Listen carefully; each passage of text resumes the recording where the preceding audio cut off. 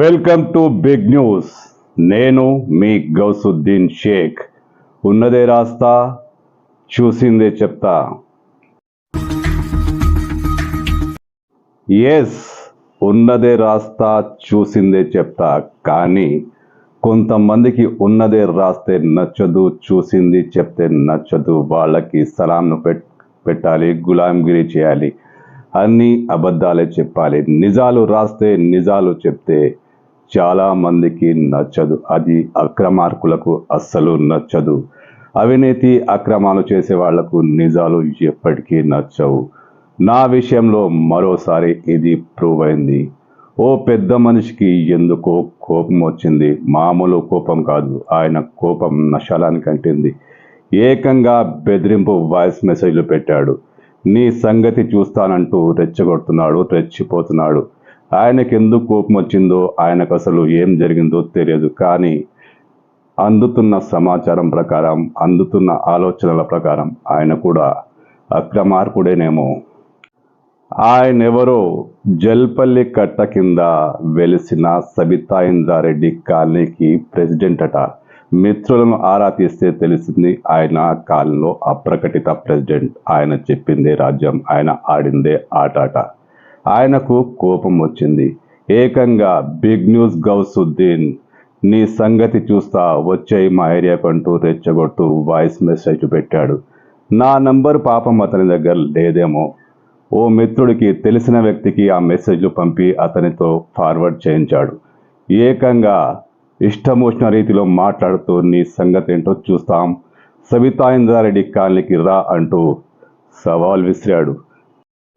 తెలిసిన ఓ మిత్రుడు నాకు పంపిన ఆ ఆడియో మెసేజ్ల ప్రకారం అతడికి కోపం బాగా వచ్చింది. జల్పల్లికి సంబంధించిన అక్రమాలు వెలుగు తీస్తుంటే అతనికి నచ్చట్లేదు. ఎక్కడో వార్తలు చేసుకోవాల్సిన పోయి ఇక్కడ చేస్తున్నావేంటి అంటూ బెదిరిస్తున్నాడు. సబితా ఇంద్రారెడ్డి కాలనీకి రా, నీ సంగతి చూస్తామంటూ డైరెక్ట్గానే వార్నింగ్ ఇస్తున్నాడు. కావాలంటే మీరు ఈ ఆడియో క్లిప్స్ ఒకసారి చూడండి. గౌసుద్దీన్, నువ్వు ముస్లిం శాఖ ఇక్కడికి రా, సబితా ఇంద్రారెడ్డి కాలనీకి రా, నీ సంగతి చూస్తాం. ఎక్కడెక్కడో అది ఫాతిమా కాలేజీ కూలబెట్టినాక ఇటుకి రా. జల్లిపల్లి కాదు బాబు, ఆడ ఫాతిమా కాలేజీ ఆడ చూడు, ఇక్కడేమి చెబుతావు న్యూస్లు. గౌసుద్దీన్, నువ్వు ముస్లిం శాఖ ఇక్కడికి రా, సబితా ఇంద్రారెడ్డి కాలనీకి రా, నీ సంగతి చూస్తాం. ఎక్కడెక్కడో అది ఫాతిమా కాలేజీ కూలబెట్టినాక ఇటుకి రా. జల్లిపల్లి కాదు బాబు, ఆడ ఫాతిమా కాలేజీ ఆడ చూడు, ఇక్కడేమి చెబుతావు న్యూస్లు. ఇంతకీ అసలు విషయం ఏమిటంటే, బిగ్ న్యూస్లో కట్ట కింద అక్రమాల గురించి ఎప్పుడు ప్రత్యేకంగా వార్తలు వస్తూనే ఉంటాయి. కానీ ఈసారి కట్ట కింద మాత్రమే ప్రస్తావించకుండా హైడ్రా వస్తోంది అన్న భయం సంబంధించి ఒక వీడియో చేశాను. గుబులుగా అక్రమదారులు అంటూ ఆ వీడియోలో ప్రస్తావించాను. ఆ వీడియో వీడికి నచ్చలేదేమో. దీనికోసమే జల్పల్లి సబితా ఇంద్రారెడ్డి కాలనీ ప్రస్తావన కూడా ఆ వీడియోలో ఉంది. మరి నా కాలనీకి ప్రెసిడెంట్ కదా, రెచ్చిపోయాడు. జల్పల్లి సబితా ఇంద్రారెడ్డి కాలనీకి రాని సంగతి చూస్తానంటూ బెదిరిస్తున్నాడు. కానీ ఆ వీడియోలో ఉన్న వాస్తవాలేంటి, ఆ వీడియోలో నేను చెప్పింది ఏంటి, జల్పల్లి అక్రమాల గురించి, జల్పల్లిలో అక్రమార్కుల గురించి. ఈయన ఇంతగా రెచ్చిపోతున్నాడంటే ఆ అక్రమార్కుల లిస్టులో ఇతను కూడా ఉన్నాడా? పేదలను దోచుకున్న దుర్మార్గుల్లో వీడు ఉన్నాడా? ఆ వీడియోలో అక్రమార్కుల గురించి చాలా స్పష్టంగా చెప్పాను. జల్పల్లిని సర్వనాశనం చేశారని చెప్పాను. పనిగా సబితా ఇంద్రారెడ్డి కాలనీలో వెలిసిన అక్రమాల గురించి చెప్పాను. ఇది అతడికి నచ్చలేదేమో. హైడ్రా భయంతో అక్రమార్కులు వణికిపోతున్నారని చెప్పాను. నో డౌట్ జల్పల్లిలో అక్రమాలు జరుగుతున్నాయి. హైడ్రా భయంతో జనాలు, ఆక్రమణదారులు, ఎఫ్టీఎల్ ల్యాండ్ను మింగేసిన వాళ్ళు, ప్రభుత్వ జాగాను కుమ్మేసిన వాళ్ళు, వీళ్ళందరికీ భయం పట్టుకుంది. మరి వీళ్ళ గురించే మాట్లాడాను. ఇతని పేరేమైనా తీసుకున్నానా? ఇతని పేరు ఇప్పటిదాకా కూడా నాకు తెలియదు. అయినా లెక్కలో లేని మనిషి. కానీ ఇప్పుడు లెక్కలో తీసుకోవాల్సిన అవసరం వచ్చేసిందేమో. నేను ప్రశ్నిస్తూనే ఉంటా. ఈ ప్రశ్నల పరంపరలో భాగంగానే ఆ వీడియోలో ప్రశ్నలు సంధించాను. జల్పల్లిని ముంచిన అక్రమార్కులెవరు, వారికి వత్తాసు పలికిందెవరు స్పష్టంగా చెప్పాను. నో డౌట్ గత పాలకుల గురించి స్పష్టంగా మాట్లాడాను. సబితా ఇంద్రారెడ్డి గురించి, కాలనీ గురించి మాట్లాడాను. మరి ఈ అక్రమార్కుల గురించి మాట్లాడితే ఈయనకు ఎందుకు మండింది, ఎందుకు గింజుకున్నాడు, ఎందుకు నా అంతు చూస్తానంటూ, నా సంగతి చూస్తానంటూ బెదిరిస్తున్నాడు? వీడి వెనుక ఉన్నది ఎవరు? ఇతనికి సపోర్ట్ చేస్తుంది ఎవరు? అప్పటి అధికార పక్ష నేతలేనా, లేక ఒక పిచ్చివాగుడు వాగాడా? ఏదైతేనే బెదిరించాడు, బెదిరింపుకు మూల్యం చెల్లించుకోక తప్పదు.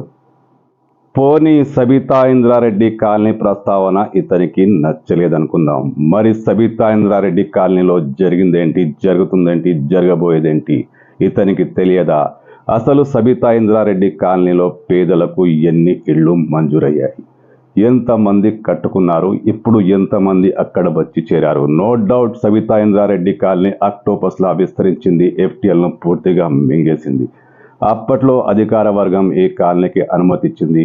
ఎందుకు ఇచ్చింది, ఎలా ఇచ్చింది, అది FTL ల్యాండా, బఫర్ ల్యాండా మనకు అనవసరం, ప్రస్తుతానికి అది పక్కన పెడదాం. కానీ ఇప్పుడు ఆ కాలనీ ముసుగులో ఎంత ముందుకు వెళ్ళిపోయారు, ఎంత చెరువును మింగేశారు, ఇది తెలీదా? లెక్కలు తేల్చండి, ఎంతమందికి ఇచ్చారు, ఎంతమంది వచ్చి చేరారు? నేను మాత్రం ప్రశ్నిస్తూనే ఉంటా. నా దగ్గర అన్ని ఆధారాలున్నాయి. జల్పల్లిలో అక్రమార్కుల వివరాలన్నీ నా దగ్గరున్నాయి. ఎవరెన్ని ఇళ్ళు అమ్ముకున్నారు, ఎవరు ఏ జగా కబ్జా చేశారు, ఎవరు తాళ్లకుంట మింగేశారో, ఇప్పుడు తాజాగా గుట్ట కింద ఎవరు ఆక్రమిస్తున్నారు, సబితా ఇంద్రారెడ్డి కాలనీలో జరుగుతున్న భాగవతం ఏంటి, కట్ట కింద కట్టల పాముల వ్యవహారం ఏంటి, పూర్తి ఆధారాలున్నాయి. అందరి పేర్లు తెలుసు. కానీ అధికారులకు కూడా ఈ విషయం తెలుసు, పోలీసులకు ఈ విషయం తెలుసు. వాళ్ళు స్పందిస్తారని వెయిట్ చేస్తున్నా, పోలీసులు స్పందిస్తారని. ఎందుకంటే ఇలాంటి బెదిరింపులకు నేను భయపడను. మళ్ళీ ప్రశ్నిస్తూనే ఉంటా. సబితా ఇంద్రారెడ్డి కాలనీలో జరుగుతున్న అక్రమాలపై సమగ్రంగా మరో నివేదిక ఏర్పాటు చేసి మీ అందరికీ బహుమానంగా ఇస్తా.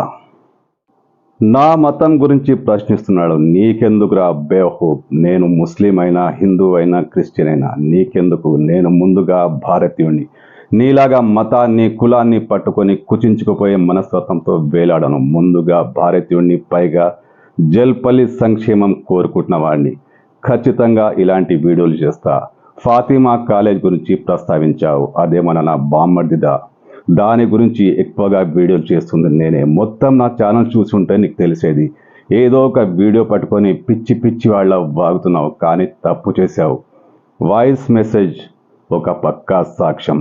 పోలీసులకు అది బాగా పనికొస్తుందనే విషయం మర్చిపోవద్దు. కొంతమంది మిత్రులు అందిస్తున్న సమాచారం ప్రకారం వీడెవడో చారి అంట, కాలనీకి ప్రెసిడెంట్ అంట. ఎవరు ప్రెసిడెంట్ చేశారో ఏమో తెలియదు, కానీ బహుశా అప్పటి గులాబీ నేతలే చేసి ఉంటారు. వాళ్ళ అక్రమాలకు ఇతను బాగా ఉపయోగపడి ఉంటాడు. కానీ సబితా ఇంద్రారెడ్డి కాలనీ కావచ్చు, కట్ట కింద కట్టడాలు కావచ్చు, అక్కడ ఉన్నది పేదలే. పేదల పక్షపాతి. బిగ్ న్యూస్ అని గతంలో చెప్పాను. నేను అక్రమార్కులను శిక్షించాలని కోరుకుంటున్నాను. ఎవరైతే పేదలను మోసం చేసి అక్కడ ప్రభుత్వ జాగాను కబ్జా చేసి అమ్ముకున్నారో వాళ్ళపై చట్టరీత్యా చర్యలు తీసుకోవాలని డిమాండ్ చేస్తున్నాను.